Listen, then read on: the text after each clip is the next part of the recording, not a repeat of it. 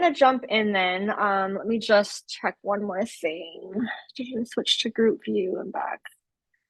Yeah, I have to pin myself now that there's people here.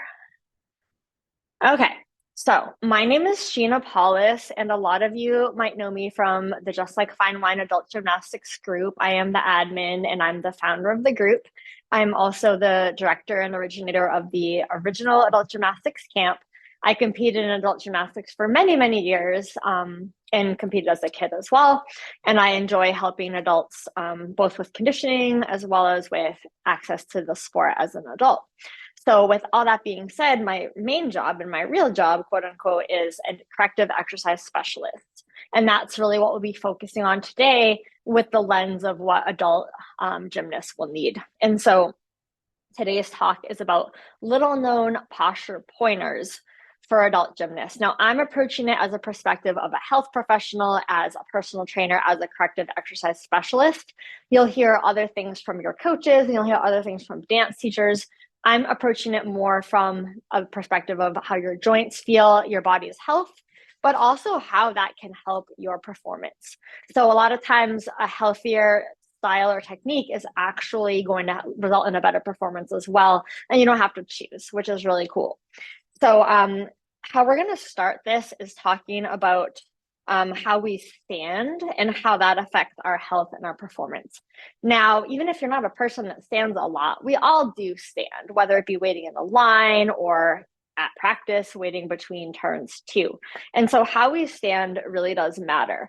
And the classic gymnastics posture of standing is going to be that kind of archy backed, belly kind of hanging forward sort of thing. And we see that with elite athletes, with college athletes, as well as with lower level athletes. Not to say that it's bad, but there are issues we can have when we stand in that way. One of the issues too with standing with that belly out but back is we tend to have more of our locked knees. So with this kind of comes that. That's hyperextension of our knees. It's one thing to do that if we're trying to show our nice 180 split in the air, but it's another to stand like that all day long. It starts to put a lot of pressure on the knees. And I know a lot of coaches with knee problems. I know a lot of gymnasts with knee problems. And I know a lot of people who need knee replacements as they get older because they've worn and torn on that joint. So one of the ways that I really like to address that is by thinking about just putting a little bit of softness to the knees. So what can happen as we soften those knees is it then is going to start to align us just a little bit.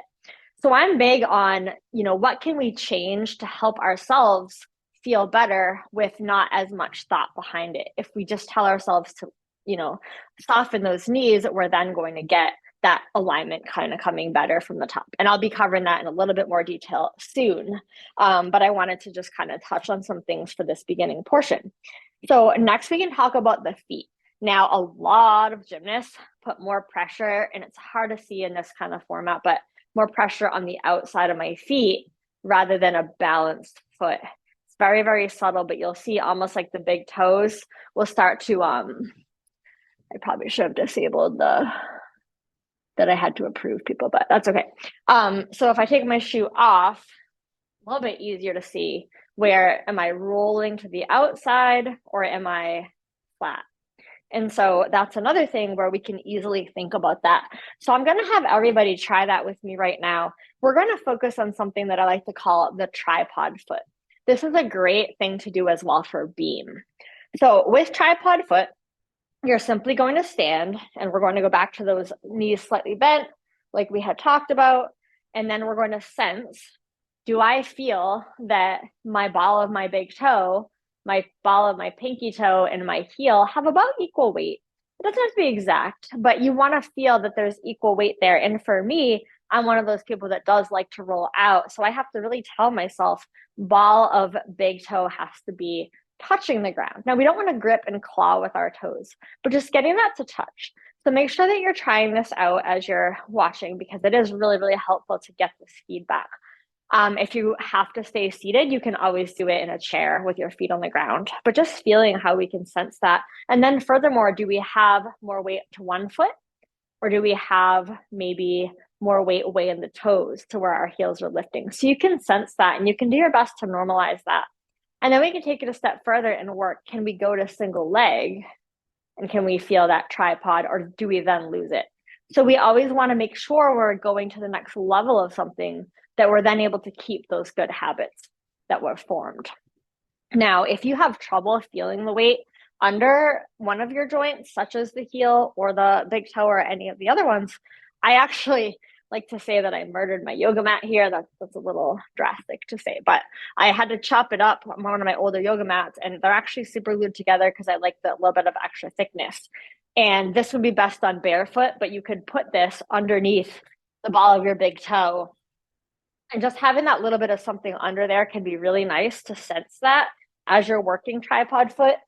You can also just use a sock. I have some extra socks if you don't want to get fancy with this and put that. Now, we could not only work on this with our standing, but we can also work it in a lunge, in a squat, and any other movement that we would want. So for this call, I'm just giving you guys ideas, but if anybody wants to dive deeper, we can certainly do so for some of this stuff. So I'll do one more quick tip and then we'll open it for questions for this section. So basically, if you think about your body's alignment, right? And you think, this is a lot of people trying to come in. If you think about your arched back, right, that I was saying, why does that matter with gymnastic skills if we're not worried as much about health in this conversation too? Well, if you have an archy back when you're doing a handstand or a layout, or you have a piked layout, no matter what you have with your form, we're almost always trying to at least be able to achieve a straight body. Some of our skills are going to go arch, hollow, but to not be able to be straight is a problem. And if we can't do it in standing, we're not going to be able to do it in our skills. And then any routine work that we'll do is going to get more deduction. Any type of advancement you're going to want to do is going to get less likely to happen, because if your layout is bent or arched, you can't twist as effectively. So this really does lend itself together. And then you also could think about the health, right? If we're injured or we can't train, that's no good.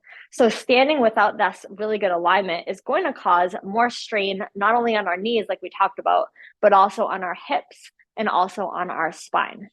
So these are all reasons why the alignment is important. And a lot of people will say, oh, like stretch up tall, that's going to help. Well, when you stretch up tall, a lot of people end up kind of leaning back. And that's actually not good either, because once again, we're not in that alignment. So I do have some better suggestions on how we can get nice and tall and long. Before I do that, I wanted to give a second if anybody has a question about anything that I've talked about so far. And feel free to write in the chat as well if that's better for you too. All right, cool. So I'm going to keep going. So I wanted to talk to you about staying tight. So a lot of coaches will tell us to stay tight. And yeah, staying tight is really important. We don't want to be taking these big giant breaths and doing things like that while we are performing our skills. However, if we try to stay tight all day long, it's going to cause a problem and it's going to really tire you out. So it's going to bring the amount of intention to your activity that you need. If you're doing a jog, you're not going to need to tighten your core as much as if you're doing a sprint towards the vault. So you always want to screen and make sure that you're not over trying for easier activities, because that's just going to create muscle tension, trigger points in your muscles. So thinking of it like a dimmer switch, where you want to have the higher effort for your hardest skills and maybe a little bit lower effort for your easier skills. Now, when we're at practice and we're not doing a skill, what are we doing there? I'm a big proponent of something called 360 breathing. And if you wanted to check out some of my other live calls I've done, I do a lot more in depth into this. You can see the calls and I will throw that into the chat later so you guys can connect there. But how we'll do that now for review purposes is to work on our 360 breathing with our hands. Now, if you think about your rib cage, like a 360 all the way around, you can place your index finger as best as you can on the seam of your shirt and your thumb way in the back. So let's have everybody try that now. Let's just do one side at a time. It just allows you to more easily focus on this. So you've got your index finger there, you've got your thumb in the back. We're going to take 5 breaths together. Nice big breath, full breaths, making sure you get all the air out. And as you're doing this, take a moment to notice, does your index finger move when you breathe? What I mean by that is you'd feel it kind of pressing out and then coming back. So as you continue on, you can notice that. And then switch your focus to your thumb. Do you feel your thumb moving, meaning that your thumb is moving behind you and that your rib cage is getting bigger? So it's important that we can do this so that our lungs can get their full expansion and that we know that our diaphragm is working to its best. In gymnastics, we have to do a lot of holding our core tight when we're doing skills. Now, if we're holding our core tight, we might be limiting this 360 breathing, which we might have to do. Like I said, if you're doing that really demanding vault or you're doing a tunneling pass, you're not going to be breathing normally as you're doing that. But in between, we want to be able to do this, especially at practice while we're waiting in line, especially when you're working at home, especially when you're driving your car. You don't want to be holding your core tense all of that time. So let's try the other side and just check in that you really truly have your hand as far back as you can. If it's hard for you to reach back there, you could try holding from the back, or you could try having a friend help you out and let you know if you're getting those movements there. But just feeling that movement, and let's take another 3 breaths on this side together.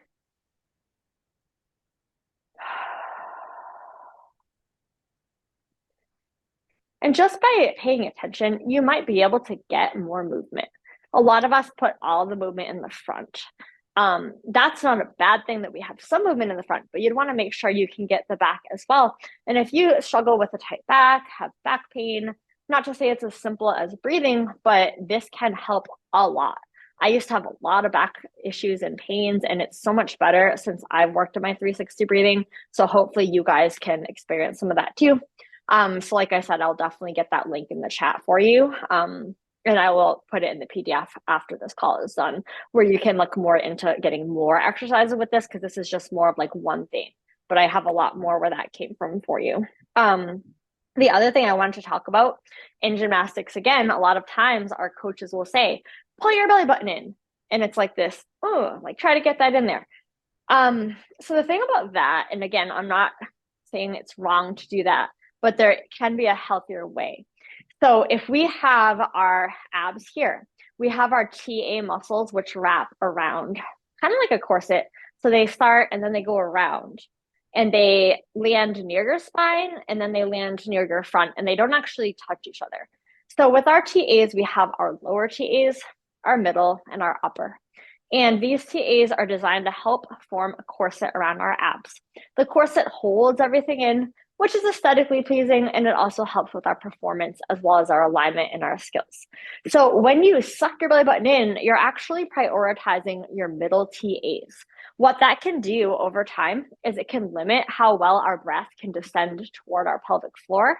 When our breath can't get all the way to our pelvic floor, that can cause a lot of problems, including incontinence, including pain in our pubic area. It can cause even pain in the rear section of the pelvis. And so there's a lot of potential struggles with that, sometimes constipation. We're also limiting what our diaphragm can do in terms of expanding down and coming up. And furthermore, it can cause this appearance where somebody's belly almost looks like it dents in at the waist, but then the lower belly will protrude even a little bit more. And that's both aesthetically problematic for a lot of people, as well as functionally far less efficient to have this. And so instead of drawing in, what you can do, and let's all take a moment and practice this, you can imagine that there's a string right in the middle of your pelvis, in the middle, and it's pulling up through your body, right up the crown of your head. So it's almost like an ornament that's hanging. And if you think about that string, that's going to pull you up and kind of straighten you out a bit. And it's not a lot. So a little bit of an up is really what we want. So think about the most you could pull up possible, and then tone that down so that you land at about 10%. And furthermore, I'd like for you guys to place your hands against your lower belly. This is really most effective in standing. So we're going to, again, imagine the string coming up, and you should feel just a little bit of tension right above your pubic bone, and that's your TAs coming on. That's your lower TAs.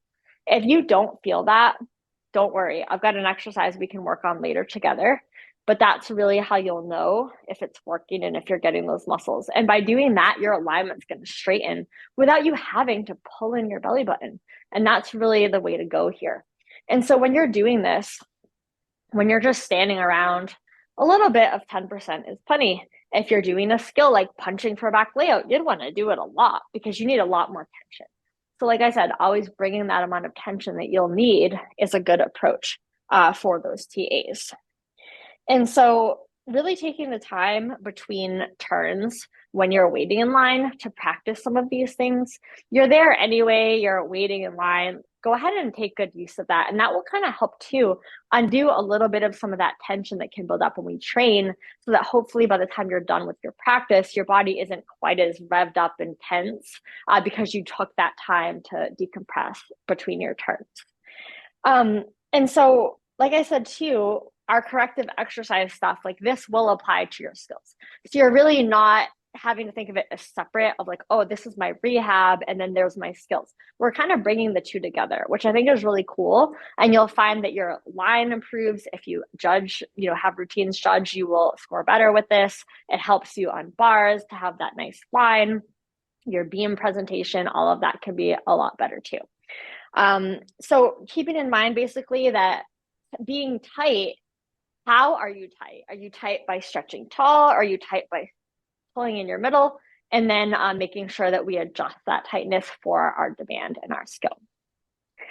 So that's what I mean by that staying tight, taking it too far. Does anybody have a question about that amount of information I just gave?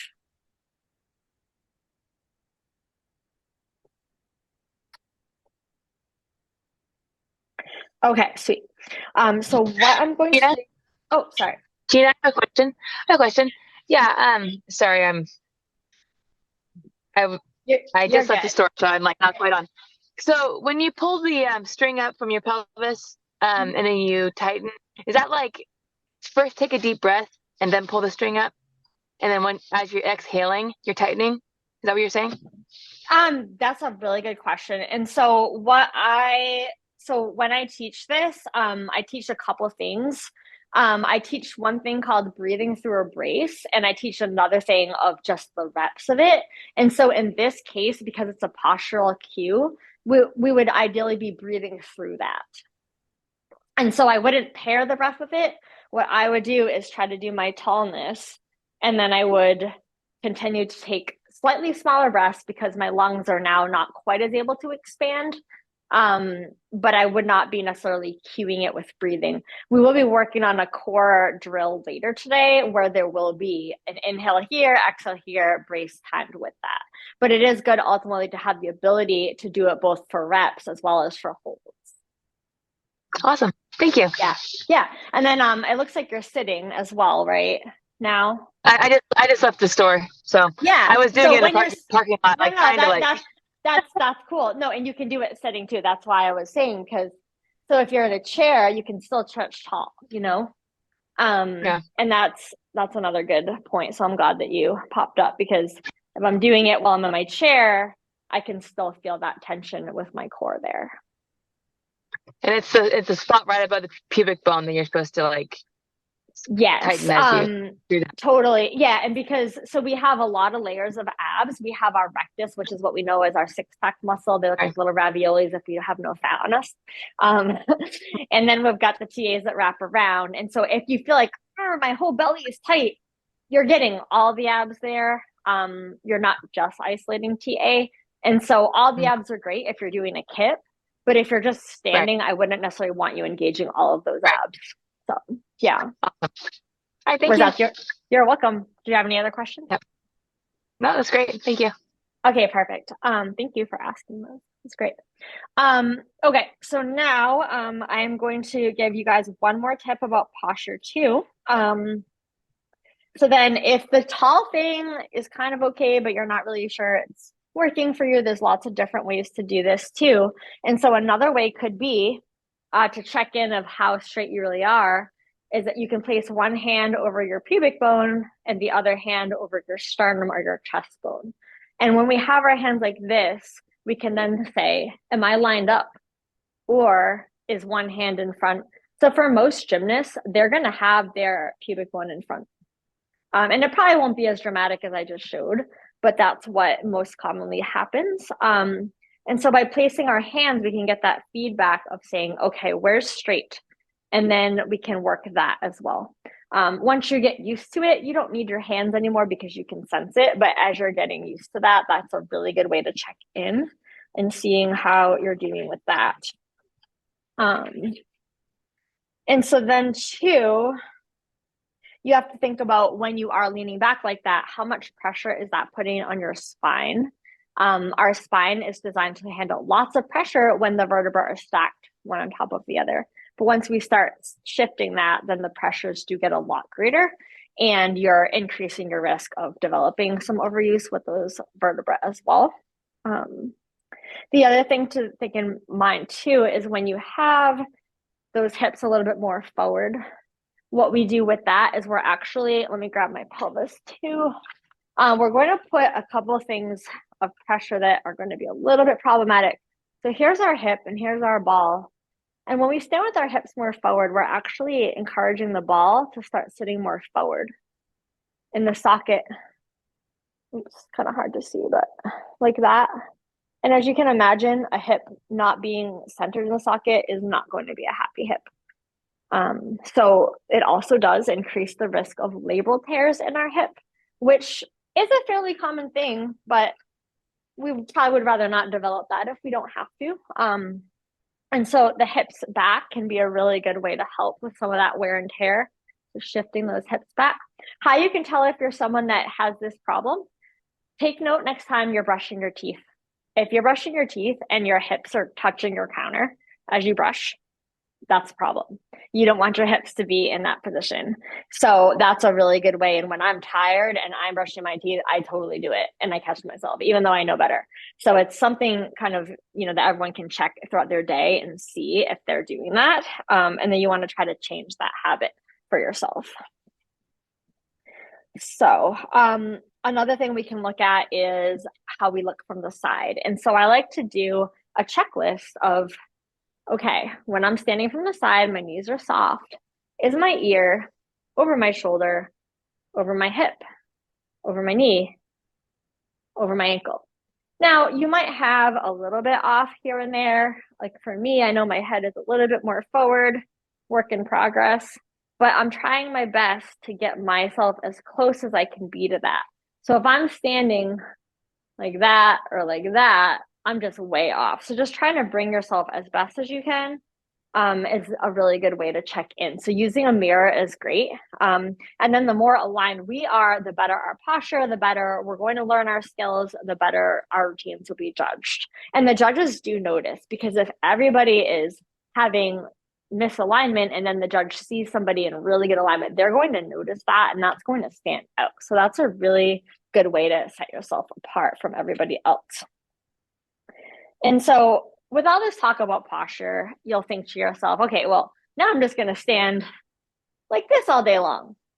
No, you don't want to do that. One thing to keep in mind with this is that we never want to be in the same posture all of the time. So if you're standing there and it's going to be a little bit, and you decide you want to shift into your hip, that's fine. Don't feel like that's a bad thing. I do encourage you, though, to shift to the other hip. So you're not always doing the same one. This is magnified even more so if you have a kid and you're holding your kid and it's always the same side in the same way. So do your best. I know it's hard when you're tired and you've just got to get something done, but shifting back and forth is really good, even in your chair. So if you're sitting at work, you wouldn't necessarily want, even if your chair is the most expensive, perfect chair, you don't want to sit in the same exact position all day long. That's not good for you. You can try kind of coming forward a little bit. Another thing that you can try, especially if you tend to have some of that deep butt pain that makes you want to do one of the number 4 stretches or the pigeon stretch all the time, what you can do is grab a hold of a butt cheek, pull it out to the side, grab a hold of the other butt cheek, pull it out to the side, and then you'll find, oh, wow, I'm actually sitting on both of my sit bones. So try that right now if you've got a chair. See if you can try, of course, try not to get, people questioning if they're looking at you, what you're doing. But if you're in a good spot to do it, give that a try and then see if you don't feel more grounded in your pelvis. Because when we're seated, our pelvis is effectively like our feet, and that's our base. And you want to make sure that your base is nice and even and grounded, kind of like when you do your tripod foot. This is your version of that when you're seated. So that's a really nice tip that I like, especially when I'm on longer car rides or I'm at my desk for quite some time. And then you want to think about fatiguing. So as we fatigue, what will happen is you'll start to lose it. And so what I do try to do for myself, especially when I am doing my work, if I can manage to get up, a standing desk, maybe breaking up my workday with some chores, I can at least break it up. Because if your muscles don't have the endurance to sit well or to stand well, you're going to have trouble after a couple of hours. So definitely there's no shame in just shifting your postures and how you're sitting and working or standing and working so that you can make sure that you're not getting that overuse with that. Does anybody have any questions about the posture stuff with the sitting and standing?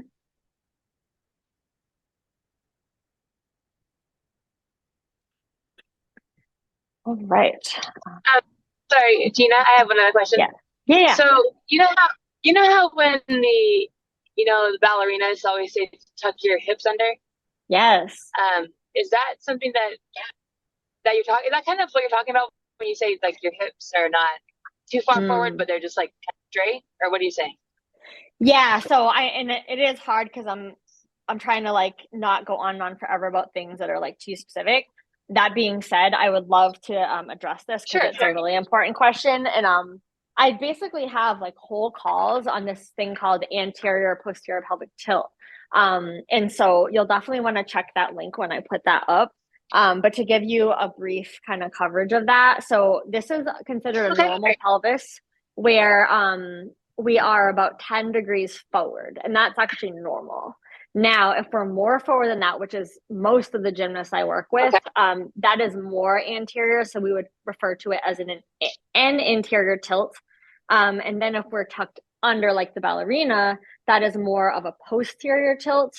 Now, that being said, this is talking about resting posture.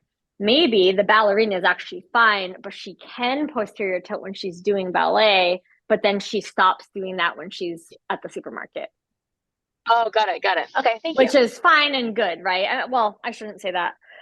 From a movement perspective, I have some concerns with ballerinas. That being said, though, every sport can be hard on our body, so it's not to say it's a bad activity. I would just say let's balance it with some other things that can keep us healthy too. And obviously, movement is good, right? Like being active is great, and being passionate is great, and I think all of that is awesome. But we would just want to make sure we're not harming our body as we're doing these things as best as we can. So what I would say on a person instead of a pelvis is I look for people and say, all right, so where are you resting? That's one thing. We can do exercises to influence where we're resting. But then, and possibly even more important, is like, where can we get to? Can I arch my pelvis without changing the rest of my spine? Can I tuck my pelvis without changing the rest of my spine? And those are skills that will come in handy when you're doing gymnastics because there's times when you have to arch and there's times when you have to tuck. And if you can't do that without compensation, that's where we run into problems because now our spine is going to have to take over some of that job. Yeah, that makes a lot of sense. Thank you. Yeah, of course. And so we also can check it on the floor too. So sometimes somebody can do it on their feet, but then I lie them on their back and I say, can you tuck? Does it hurt? Can you arch? Does it hurt? And we can reveal, oh, wow, this person looks like they can arch with their pelvis, but they're actually doing it with their lower back. And so it's good to make sure you can do it in all positions. And I think with sports or activities, depending on what it is, you can get people that get really good at doing that specific thing for their sport, but then their body has moved out of balance to where eventually the chronic injuries kind of start up from there. Did that answer your question? Oh, yes. Thank you so much. Oh yeah, you're very welcome. Yeah. Um, okay, so then let's see here. So let me get my pinning is just not good today at all. I'll pin myself back. Okay. So then the last chunk I wanted to go over is really why all this matters more specifically with our skills and with our events. And so if you think about everything except for the knees bent part that I said, all of this is exactly what the judges and the skills demand, right? But then if we go to the knees and we say, all right, well, we want to have those soft knees. So once again, it's like a lot of you guys might have done a round off back tuck as well as a round off back handspring. And we all know that it's a different round off for your round off back tuck than you would do for your round off back handspring. For your round off back tuck, you're stretching your legs further out. You're punching at a bigger angle. You're trying to go up. For your round off back handspring, you're trying to turn your round off over so that you can get your feet under you and push yourself back. So it's a round off either way, but it has a different purpose. And so it's really important that we can do our sport when we're doing our sport, but we can then do other movement options when we are not doing our sport. And no matter how much gymnastics you do, most of your time is not doing gymnastics, it's doing other stuff. And so, yes, lock your legs when you're punching for skills on floor, when you're punching the vault board, when you're punching on beam. Lock, lock, lock. Lock your legs when you're leaping. Lock your legs on bars. That's all fine. We just want to make sure that we're doing that for the sport and then we're not carrying that into our day. I cannot tell you how many coaches I have seen, and I know because I used to do it too before I learned all of this stuff. They walk around, I can't even really do it anymore, but like so hyperextended. And because they're walking on a spring floor with their knees, right? They don't really need to bend their knees at all. Like they just stop bending their knees and they will do that everywhere they go. And they're the ones that have bone on bone arthritis. They need knee replacements. They're in pain. And that's just really unfortunate because it doesn't need to be that way, but people just don't have the education. And so that's one of my goals is to bring this information to gymnastics. I learned about this information for pregnant and postpartum. And then I realized how applicable it was for gymnasts. And that's really what I'm here for is to help spread this information out. So the other thing we want to keep in mind with our posture is gymnastics is all about preserving energy. If you're doing a front handspring and your alignment's really good, you're not going to be leaking power. But if you have trouble with staying nice and straight as you're doing your skills, you're going to be leaking, and that's going to allow the power to just escape. And we only have the amount of power that we put into the skill and that we keep in the skill. If you watch Simone Biles' back handsprings, she doesn't, well, on vault, on her Yurchenko, she does. That's kind of a different thing. But on her tumbling passes, she really doesn't arch very much. And that is how she can do the hardest tumbling in the world. Even looking at men, she's doing what the best men are doing for the most part. So it's really, really great if we can get that. It takes more strength to do gymnastics that way. But I think everybody knows, with conditioning, that's kind of the point of that, of like, let's get as strong as we can so that we can do skills in the best way.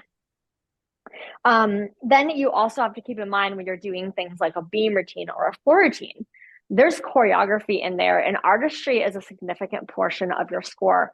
And so if you have that really great posture while you're doing your routine and your choreography, no matter what your choreography is, that is going to help you and that is going to stand out, and the judges will take note of that.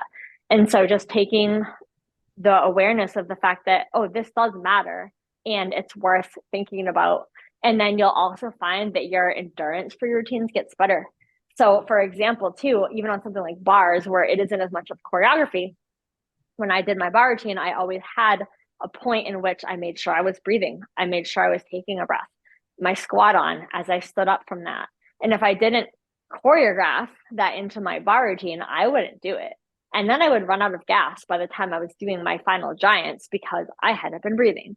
And so all of this stuff is really great for just our system, getting our energy to where it needs to be, making sure that our cells get all of the oxygen that they need. And then, on your beam routine too. So beam routine, floor routine, that tip about the pubic bone right through the crown of the head, that's just going to zip everything up for you.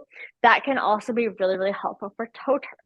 Because what ends up happening for most people when they fall out of their toe turn is that if you put a line through their body, and literally took a screenshot of them and put a line there, you would see more mass is either in the front or in the back, and they're not in that nice tall line. And when that is happening, the more turns we do, and then to make it even harder, we're on a rug or a beam, and we're not on a nice using the proper equipment like a ballerina would use for their toe turns. We are now going to have a lot more magnification of any issues. So it can really, really help with that. It can really, really help with handstand pirouetting. We're overhead. Are we stretching tall or are we not stretching tall? And a lot of it, people will think, well, I'm not flexible. Well, right, but chicken or egg? I mean, if you haven't stretched tall in your handstand for 5 or 10 years, you probably won't be as flexible now.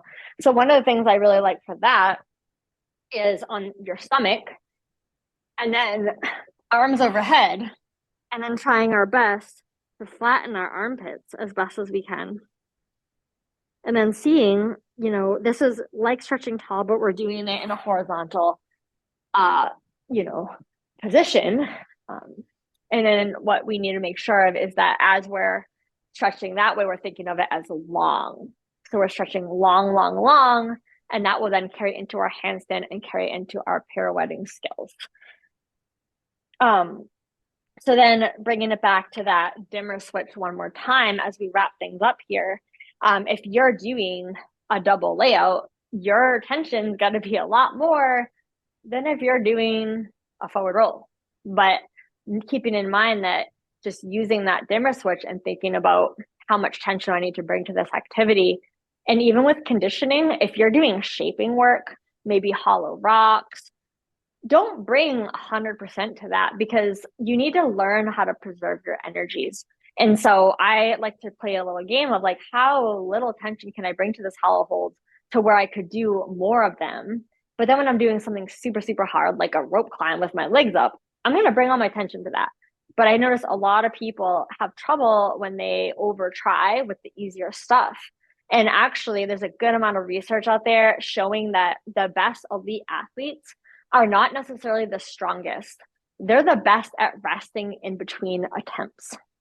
Their muscles go back to baseline faster. And so if you take a look at a football player and the person is throwing the ball or catching it, their muscles work, but then the second they're done with that, their muscles go back to rest faster than the non-elite athletes. And so by being aware of that and by training our mind to be able to help ourselves get there and not hold that tension, that can really go a long way. So Gina, what I I have a want question. to, yeah, go ahead. Yeah, so I guess I was always under the impression that when I was doing the simple things, like the hollow rocks and whatnot, that it was good to squeeze all the way so you could build muscle when it's easy.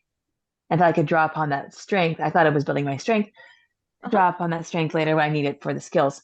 But you're saying that the strength will be there for the skills, even if we just like don't squeeze all the way on the easy things? Well, I Or is that guess what you're saying? so.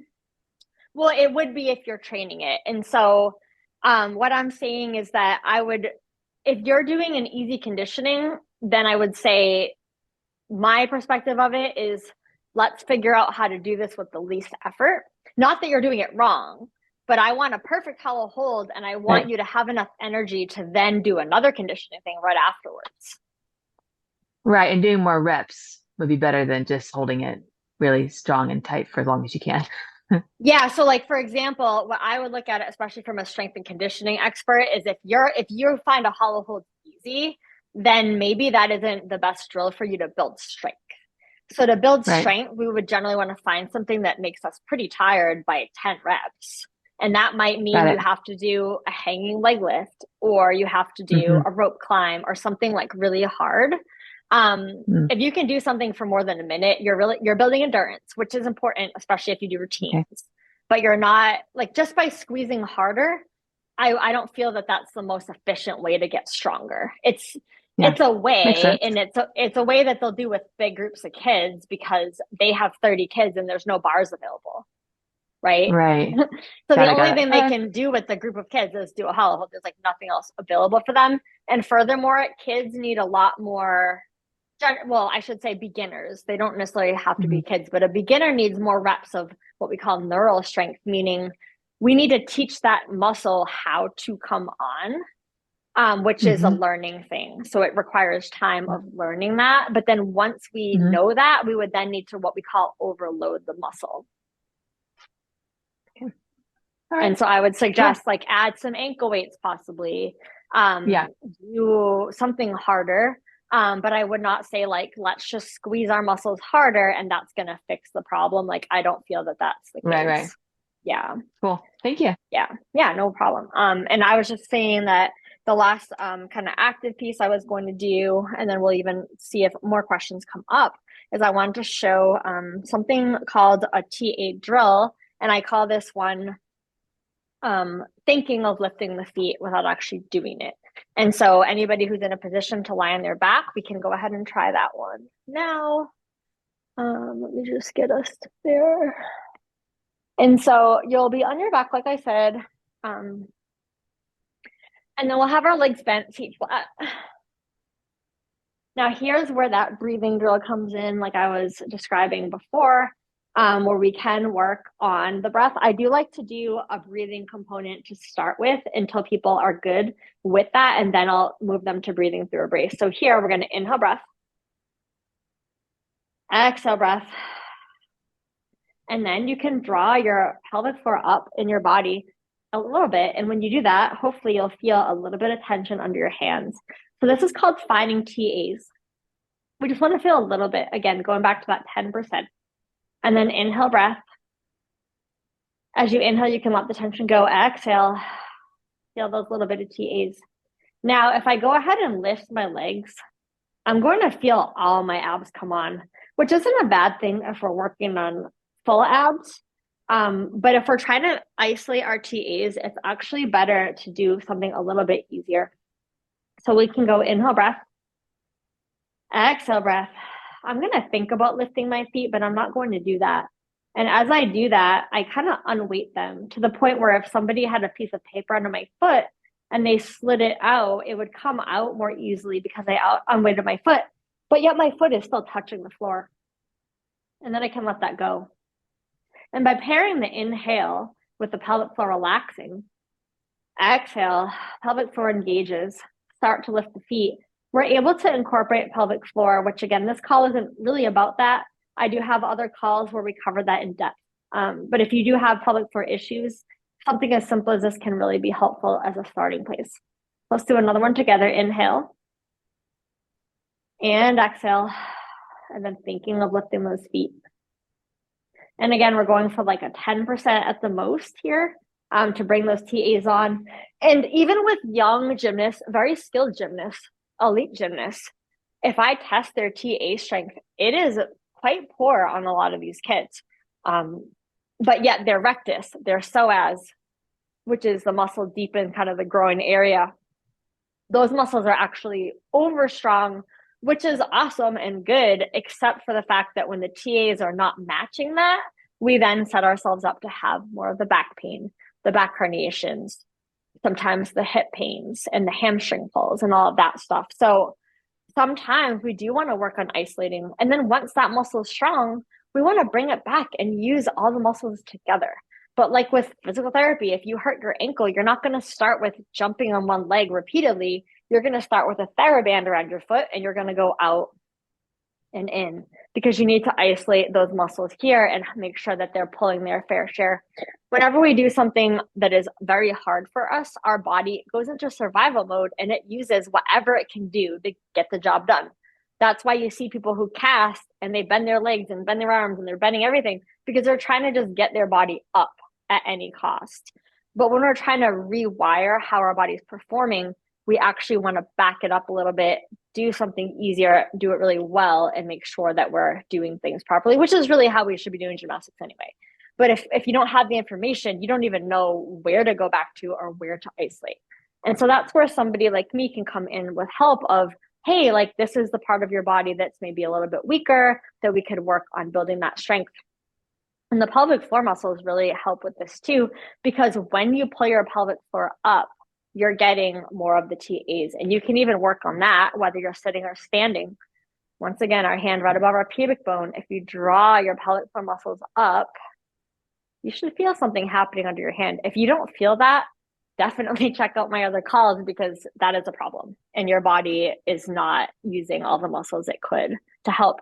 And the other cool thing is that if you've had an abdominal surgery where they cut you up and down, you actually never had your TAs cut because the TAs wouldn't be cut in that instance, which is cool because any of the muscles that haven't been impacted are better off, a little bit easier to rehab. And so just by strengthening those TAs, C-section, still we want to make sure we're strengthening those so that we're able to support our core to its best potential.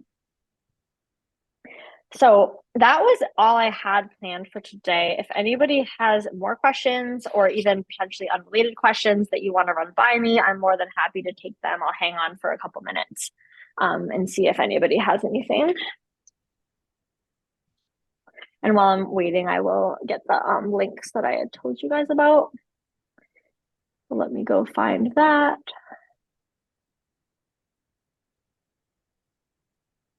Where are we here? Okay. All right, so we're gonna get the link there for you guys. There's lots of great information in those calls and a lot more exercise. Today we have more educational stuff, but there's lots of great exercises in some of those calls, particular to pelvic floor, as well as diastasis recti, which you can have diastasis recti without ever having children. I actually got mine from having a couple abdominal surgeries, but you can have them even have diastasis even without a surgical history. And actually it's fairly common in athletes and bodybuilders with all the strain we place on our body too. And then let me see if I can get the PDF too for you guys. But thanks so much for coming on. It's great to have the questions. It really helps those that can't make it live because I'm sure they all have similar questions to you, which is really helpful for everyone.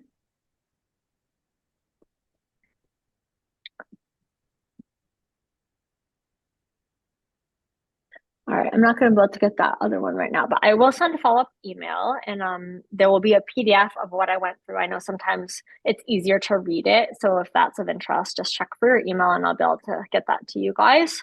And if you don't know if I have your email, please pop it into chat and I will make sure to get that to you. Because I've got anyone who signed up for my newsletter would get it, but then not everyone's done that. So, oh, link didn't work. Oh, there's an M missing. That's why. Let me get you that, an L, I should say. Sorry about that. All right, that one hopefully will work. Let me test it. Yeah, so I have a few more calls planned. We're going to do one on shoulders. I know for sure we're doing that one. But I plan to have about 10 of them all together. So I'm hoping that this is a good resource for you guys. And I do take one-on-one appointments as well. I offer a discovery call where you can just chat with me about what your concerns are with your gymnastics, with your strength, with your correctives, with your body, anything like that. I do specialize in diastasis recti, pelvic floor, but I'm capable of helping out with shoulders, with knees, with back. So I'll pop that into chat as well. If anybody wants to set up one of those 15-minute free calls, you're more than welcome to do that. So that's that one.